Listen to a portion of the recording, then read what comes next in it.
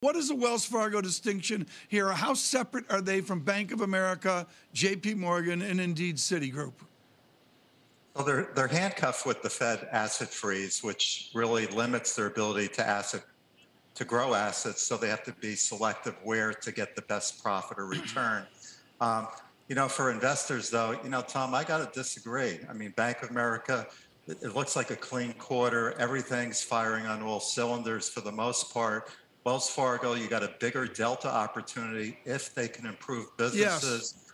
With Wells Fargo, the velocity of mortgages, especially refi besides origination, is a big engine for Wells Fargo. And they got another big delta on the card business. They still have a national platform for the consumer. So it's not always who's the best and who's the worst, but who is changing, and that's what investors need to capture. Mm-hmm.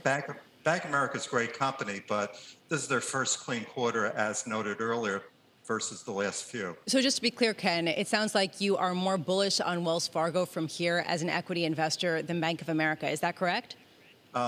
That's correct. So I haven't seen today's results, but essentially when you have turnarounds and you're in kind of like the end of the second quarter, which Wells Fargo is, they're in a position where they can show significant increases in businesses that have underperformed for several years. They got a new management team in place that took several years to, and when you look at playing the banks and playing net interest income, you really should look at Wells Fargo besides a Bank of America.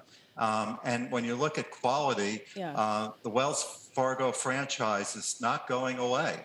So turnarounds are never pretty, but I'm sure we're going to hear that narrative later today on the call.